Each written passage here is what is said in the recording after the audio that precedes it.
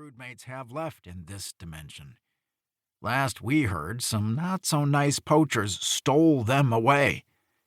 The team doesn't know exactly who the poachers are, but the bad guys are linked to a mysterious group called Firehenge.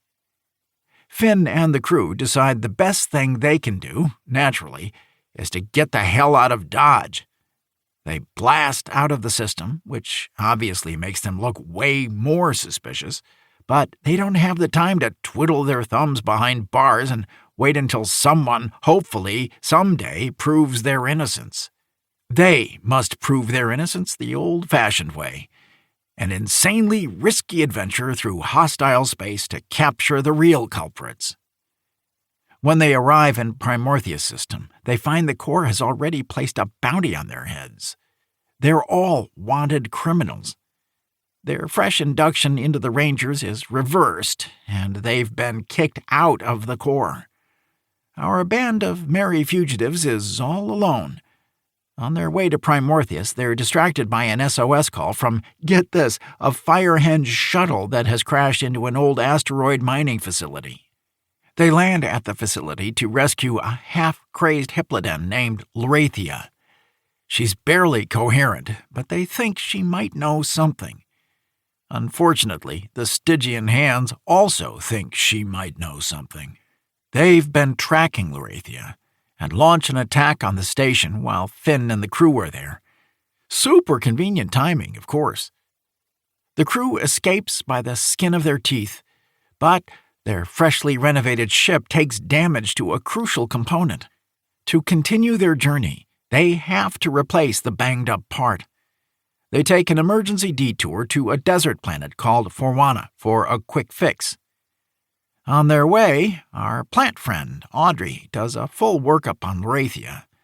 She and Finn discover a parasitic worm embedded in Lorethia's nervous system.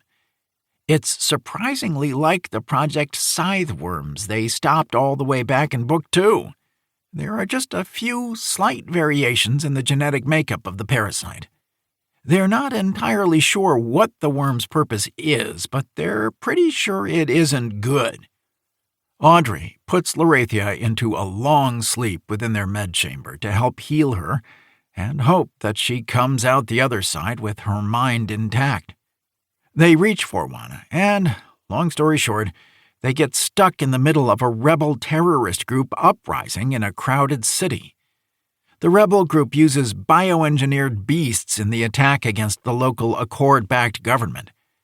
Naturally, Finn sees this as an opportunity to figure out where those beasts come from. He tracks down the leader of the rebel group, who is just as bad as the fascist government he's trying to overthrow. Like Renata said in Book 1, space is filled with a bunch of assholes. The rebel leader, Grodd, makes a deal with Finn. He says he'll reveal where he got his engineered monsters and fix Finn's ship. All he has to do is make a blood pact. With no other choice, Finn makes this nanite-reinforced blood pact. Basically, it puts a timer on Finn's life. If he doesn't overthrow the fascist government in time, he will die. Grodd tells them Primorthius is indeed where he got his creatures from the suspicious Firehenge group. Finn and the crew finally set off with fresh intel to Primorthius. On the way, Drake teaches them more about the history of Primorthius. They realize they're going to need some help when they get there, so they call an old Thraxan they rescued previously named Shranton. Shranton has connections to a Thraxan colony on Primorthius. At the colony, they meet a group of warrior Thraxans led by a woman named Osara. There's a whole to-do about Drake's status as an outcast, and Drake comes out on top, telling the other Thraxans what's what. Osara's people get over their prejudices, and Osara informs the crew that a bunch of Thraxans recently took off, heading, she thinks, to some secret prison complex. She doesn't know much more about what's going on, other than that she feels betrayed by the Thraxans who ran off. Unfortunately, no one can give Finn directions to this prison, where they suspect Firehenge is operating out of. The only person who might know is Lorethia, who said...